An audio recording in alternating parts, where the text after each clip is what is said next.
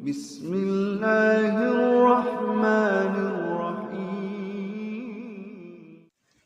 Assalamualaikum warahmatullahi wabarakatuh. Sobat-sobat, kita bersama lagi di channel saya dalam dakwah Islam pencerahan.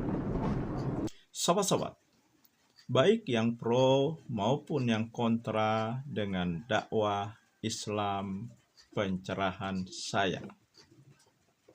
Tahlilan, sobat-sobat, selalu menjadi perbincangan, menjadi perdebatan yang sepertinya tidak pernah selesai. Ada yang pro dan ada yang kontra. Sama dengan channel saya ini. Ada yang pro, ada yang kontra, sobat-sobat. Yang kontra mengatakan, yang kontra terhadap tahlilan mengatakan ini bid'ah. Ini adalah berasal dari ajaran agama Hindu. Tetapi yang pro dengan tahlilan membela diri. Ini kan baik. Ini zikir, ini baca Al-Quran, ini mengucapkan kalimat la ilaha illallah. Nah, kenapa dilarang? Bahkan mereka mengatakan mana dalilnya melarang tahlilan, sobat-sobat. Nah, selalu itu yang terjadi antara yang pro dan yang kontra, sobat-sobat.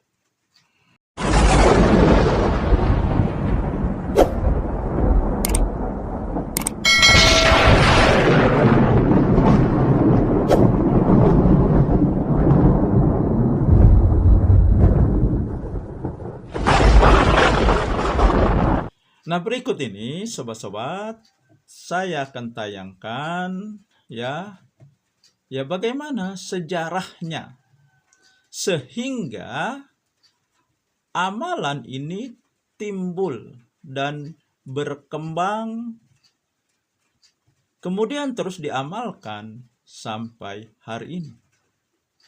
Benarkah amalan ini berasal dari agama Hindu? Atau justru memang ada kaitannya dengan sunnah Nabi. Seperti yang pro memberikan dalil-dalil. Atau bagaimana, sobat-sobat?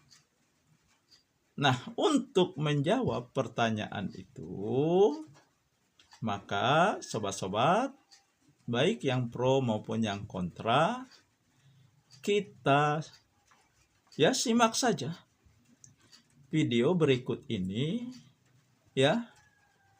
yang memberikan penjelasan mengenai sejarah tahlilan di tanah Jawa, sobat-sobat. Nah, ini videonya, sobat-sobat. Sejarah awal mula tahlilan di tanah Jawa. Berikut ini pembahasan tentang sejarah tahlilan di tanah Jawa, Indonesia, yang ditulis oleh Saudara Sangaji EM. Sebenarnya tahlil adalah istilah syar'i yang artinya ucapan la ilaha illallah, yang maknanya tidak ada Tuhan yang berhak disembah kecuali Allah. Namun entah kenapa istilah ini kemudian dipakai untuk acara yang dilakukan setelah kematian seseorang. Selamatan kematian dengan imbuhan an di akhirnya menjadi tahlilan. Sejarah lahirnya tahlilan di tanah Jawa. Perintis, pelopor, dan pembuka pertama penyiaran serta pengembangan Islam di Pulau Jawa adalah para ulama mubaligh yang berjumlah 9 orang, yang populer dengan sebutan Wali Songo. Atas perjuangan mereka berhasil mendirikan sebuah kerajaan Islam pertama di Pulau Jawa yang berpusat di Demak, Jawa Tengah. Para ulama yang 9 dalam menyiarkan dan mengembangkan Islam di tanah Jawa yang mayoritas penduduknya beragama Hindu dan Buddha mendapat kesulitan dalam membuang adat istiadat upacara keagamaan lama bagi mereka yang telah masuk Islam.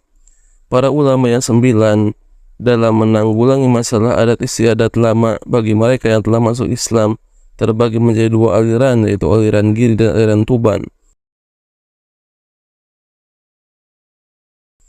Aliran Giri adalah suatu aliran yang dipimpin oleh Raden Paku, Sunan Giri, dengan para pendukungnya seperti Raden Rahmat, Sunan Ampel, Sarifuddin, Sunan Derajat, dan yang lainnya. Aliran ini dalam masalah ibadah sama sekali tidak mengenal kompromi dengan ajaran Buddha, Hindu, keyakinan animisme, dan dinamisme. Orang yang dengan sukarela masuk Islam lewat aliran ini harus mau membuang jauh-jauh segala adat istiadat lama yang bertentangan dengan syariat Islam tanpa syarat. Karena murninya aliran dalam menyiarkan dan mengembangkan Islam, maka aliran ini disebut Islam putih. Adapun aliran Tuban adalah suatu aliran yang dipimpin oleh R.M. Syahid, Sunan Kalijaga, yang didukung oleh Sunan Bonang, Sunan Muria, Sunan Kudus, dan Sunan Gunung Jati. Aliran ini sangat moderat. Mereka membiarkan dahulu terhadap pengikutnya yang mengerjakan adat istiadat upacara keagamaan lama yang sudah mendarah daging, sulit dibuang. Yang penting mereka mau memeluk Islam dulu.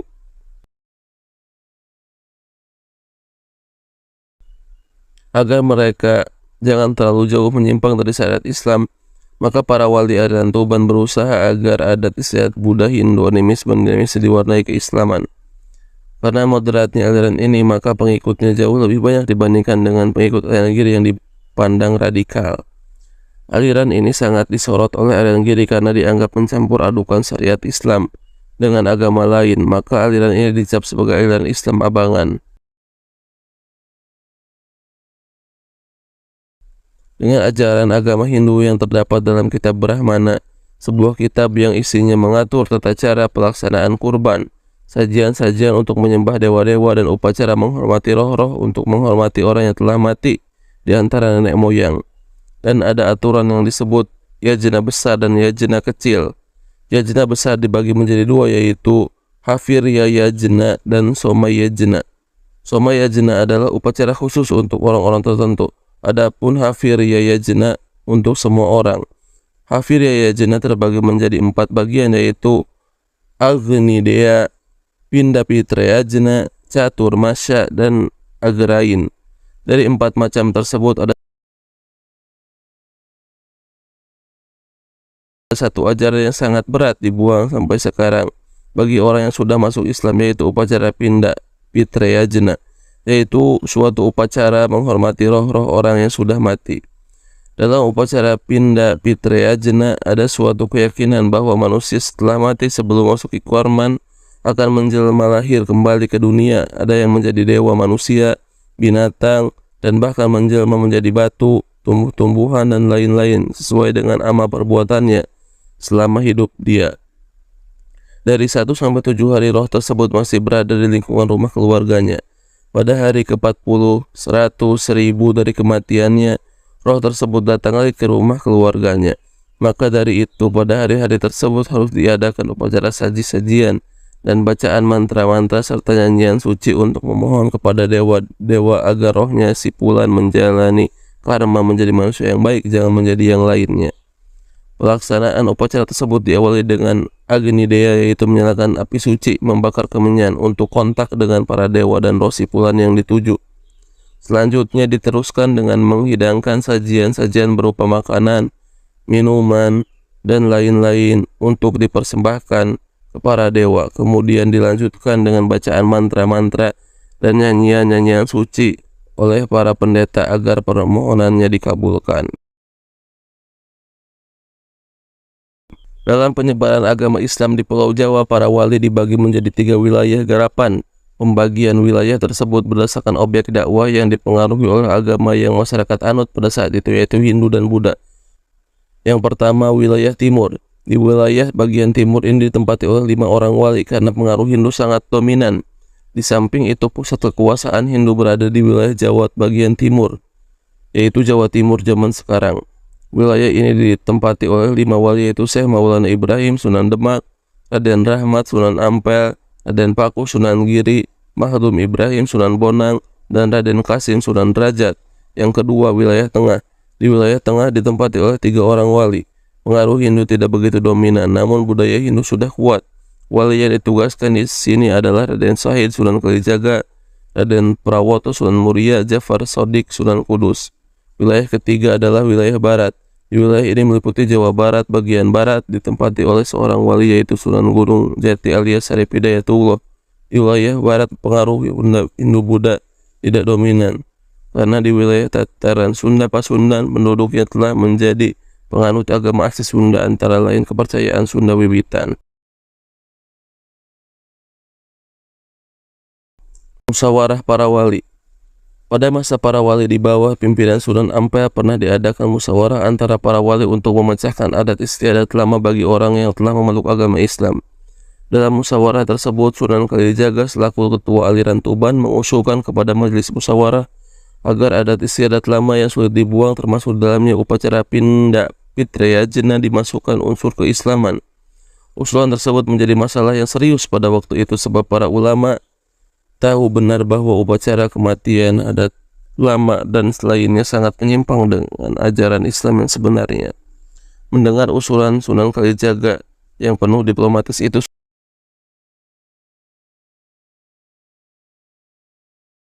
Sunan Ampel selaku penghulu para wali pada waktu itu dan sekaligus menjadi ketua sidang musyawarah mengajukan pertanyaan sebagai berikut. Apakah tidak dikhawatirkan di kemudian hari bahwa adat istiadat lama itu nanti akan dianggap sebagai ajaran Islam? Sehingga kalau demikian nanti apakah hal ini tidak akan menjadi bid'ah? Sunan Kalijaga menjawab, biarlah nanti generasi setelah kita, ketika Islam telah tertanam di hati masyarakat, yang akan menghilangkan budaya tahlilan itu. Lalu pertanyaan Sunan Ampel tersebut kemudian dijawab pula oleh Sunan Kudus sebagai berikut. Saya sangat setuju dengan pendapat Sunan Kalijaga. Sekalipun Sunan Ampel, Sunan Giri, dan Sunan Derajat sangat tidak menyetujui, akan tetapi mayoritas anggota musyawarah menyetujui usulan Sunan Kalijaga. Maka hal tersebut berjalan sesuai dengan keinginannya. Mulai saat itulah secara resmi berdasarkan hasil musyawarah, upacara dalam agama Hindu yang bernama Pindah Pitrayajna dilestarikan oleh orang-orang Islam aliran Tuban, yang kemudian dikenal dengan nama Nelung Dino 3 hari, Nitung Dina 7 hari, Ngetang 40 hari, Nyatu 100 hari, dan Nyewu 1000 hari. Dari akibat lunaknya aliran Tuban, maka bukan saja upacara seperti itu yang berkembang subur, akan tapi keyakinan animisme dan dinamisme serta upacara-upacara adat lain ikut berkembang subur. Maka dari itu tidaklah heran muridnya Sunan Kalijaga sendiri yang bernama Sesiti Jenar merasa mendapat peluang yang sangat luas untuk memadukan ajaran Hindu dalam Islam. Dari hasil olahannya maka lahir suatu ajaran kepercayaan yang berbau Islam dan tumbuhlah apa yang disebut dengan Manunggaling Kaula Gusti, yang artinya Tuhan menyatu dengan tubuhku. Maka tata cara untuk mendekatkan diri kepada Allah Ta'ala lewat sholat, puasa, zakat, haji, dan lain sebagainya tidak usah dilakukan. Sekalipun Sesiti Jenar berhasil dibunuh, akan tapi murid-muridnya yang cukup banyak sudah menyebar di mana-mana. Dari itu maka kepercayaan seperti itu hidup subur sampai sekarang. Keadaan umat Islam setelah para wali meninggal dunia semakin jauh dari ajaran Islam yang sebenarnya. Para ulama aliran Giri yang terus mempengaruhi para raja Islam pada khususnya dan masyarakat pada umumnya untuk menegakkan syariat Islam yang murni mendapat kecaman dan ancaman dari raja-raja Islam pada waktu itu. Karena raja-raja Islam mayoritas penganut aliran Tuban, sehingga pusat pemerintah kerajaan di Demak berusaha dipindah ke Pajang agar terlepas dari pengaruh para ulama dan Giri. Pada masa kerajaan Islam di Jawa itu, pimpinan Raja Amangkurat I, para ulama yang berusaha mempengaruhi keraton, masyarakat ditangkapi dan dibunuh di Borondong di lapangan Surakarta sebanyak 7.000 orang ulama. Melihat tindakan yang sewenang-wenang terhadap ulama aliran Giri itu, maka Trunojoyo santri Giri berusaha menyusun kekuatan untuk menyerang Amangkurat I itu. Pada masa kerajaan yang dipegang oleh Amangkurat II sebagai pengganti ayahnya, ia membalas dendam terhadap Trunojoyo yang menyerang pemerintah ayahnya. Ia bekerja sama dengan VOC menyerang Giri, Kedaton, dan semua kepala serta santri aliran Giri yang dibunuh habis-habisan. Bahkan semua keturunan Sunan Giri dihabisi pula. Dengan demikian lenyaplah sudah ulama-ulama Islam yang konsekuen. Ulama-ulama yang boleh hidup di masa itu adalah ulama-ulama yang lunak, moderat, yang mau menyesuaikan diri dengan keadaan masyarakat yang ada. Maka bertambah suburlah adat istiadat lama yang melekat pada orang-orang Islam, terutama upacara adat Pinde Pitrea Jena dalam upacara kematian. Keadaan yang demikian terus berjalan berabad-abad tanpa ada seorang ulama pun yang muncul untuk mengikis habis adat istiadat lama yang melekat pada Islam, terutama Pinda Pitrea Jena. Pada tahun 1912 muncul seorang ulama di Yogyakarta bernama Kiai Haji Ahmad Dahlan yang berusaha sekuat kemampuannya untuk mengembalikan Islam kepada sumbernya, yaitu Al-Quran dan Sunnah. Karena beliau telah memandang bahwa Islam dalam masyarakat Indonesia telah banyak dicampuri berbagai ajaran yang tidak berasal dari Al-Quran dan Sunnah. Di mana-mana merajalela perbuatan khurafat dan bid'ah sehingga umat Islam hidup dalam keadaan konservatif, mempertahankan kebiasaan dan tradisional. Munculnya Kiai Haji Ahmad Dahlan bukan saja berusaha mengikis habis segala adat istiadat Buddha, Hindu, animisme, dinamisme yang juga melekat pada ajaran Islam, akan tetapi juga menyebarkan pikiran-pikiran pembaharuan dalam Islam agar umat Islam menjadi umat yang maju seperti umat-umat lain. Akan tetapi aneh bin ajaibnya, kemunculan beliau tersebut disambut negatif oleh sebagian ulama itu sendiri, yang ternyata ulama-ulama tersebut adalah ulama-ulama yang tidak setuju untuk membuang beberapa adat istiadat Buddha dan Hindu yang telah diwarnai keislaman, yang telah dilestarikan oleh ulama-ulama Arantuban dahulu, yang antara lain upacara Pinda Pitrea Jena yang diisi nafas Islam yang terkena dengan nama upacara Nelung Dina, Mitung Dina, Matang Dina, Nyatus, dan Nyewu. Pada saat itulah secara lambat laun upacara Pinda Pitrea Jena yang diwarnai keislaman berubah nama menjadi tahlilan sampai sekarang. Sesuai dengan sejarah lahirnya, istilah tahlilan dalam upacara kematian hanya dikenal di Jawa saja. Di pulau-pulau lain seluruh Indonesia tidak ada acara ini. Seandainya ada pun hanya sebagian rembesan dari Pulau Jawa saja. Apalagi di negara-negara Timur Tengah seperti Arab, Mesir, dan yang lainnya di seluruh dunia, maka sekali tidak mengenal upacara tahlilan dalam kematian ini. Dengan sudah mengetahui sejarah lahirnya tahlilan dalam upacara kematian yang terurai di atas, maka tidak akan lagi mengatakan bahwa upacara kematian adalah ajaran Islam. Bahkan kita bisa mengatakan bahwa orang yang tidak mau membuang upacara tersebut berarti melestarikan salah satu ajaran agama Hindu. Orang-orang Hindu sama sekali tidak mau melestarikan ajaran Islam, bahkan tidak mau mempercikan ajaran Islam sedikit pun. Tetapi kenapa kita orang Islam justru melestarikan keyakinan dan ajaran mereka? Tidak cukuplah bagi kita sunnah Rasulullah SAW yang sudah jelas yang kita kerjakan, kenapa harus ditambah-tambah mengada-ngada? Apakah mereka beranggapan ajaran Rasulullah SAW masih kurang sempurna? Mudah-mudahan setelah kita tahu sejarah lahirnya tahlilan dalam upacara kematian, kita mau membuka hati untuk menerima kebenaran yang hakiki, dan kita mudah-mudahan akan menjadi orang Islam yang konsekuen terhadap ajaran Allah Subhanahu wa Ta'ala dan Rasulnya Shallallahu Alaihi Wasallam.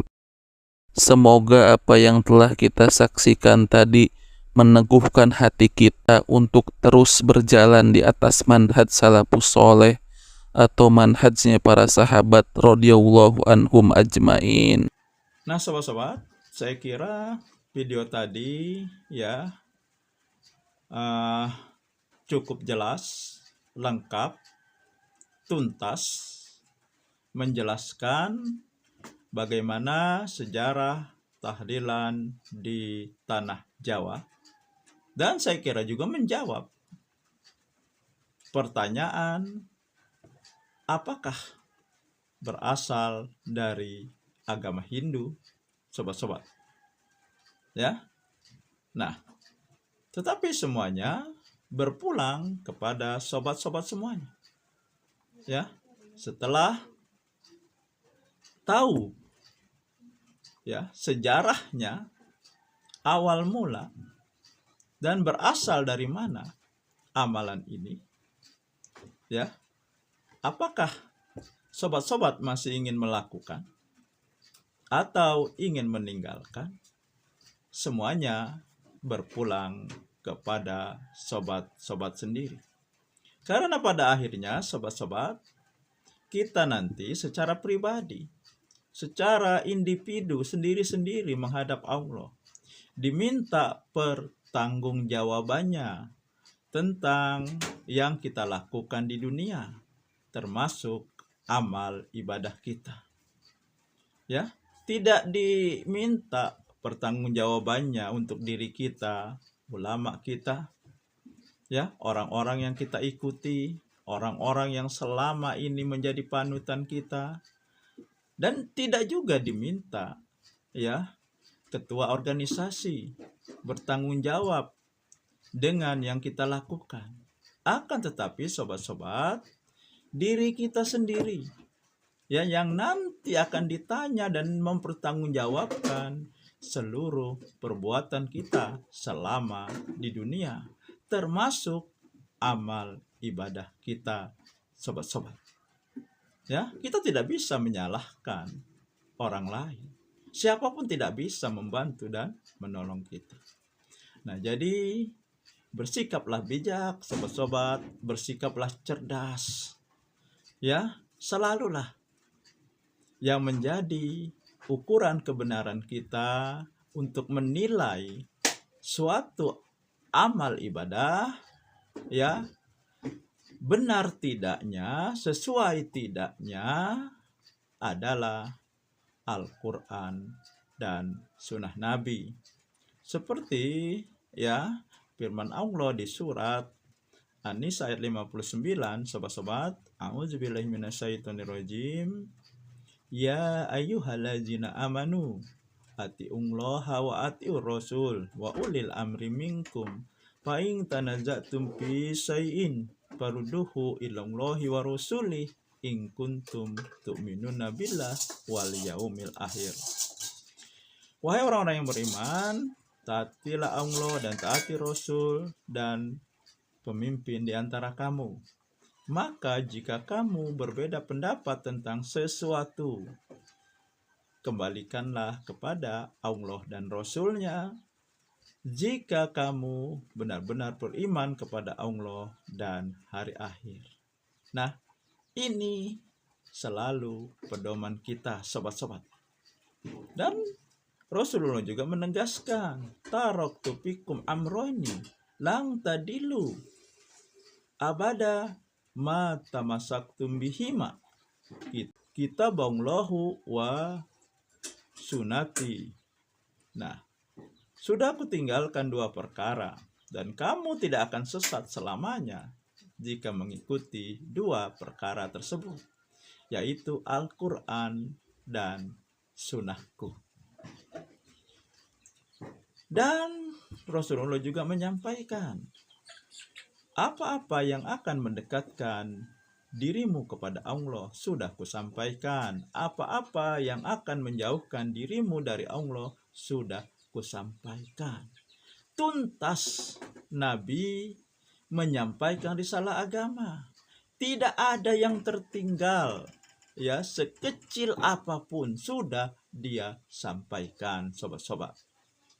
Maka akhirnya turun surat Al-Maidah ayat 3 yang menyatakan agama ini sudah sempurna.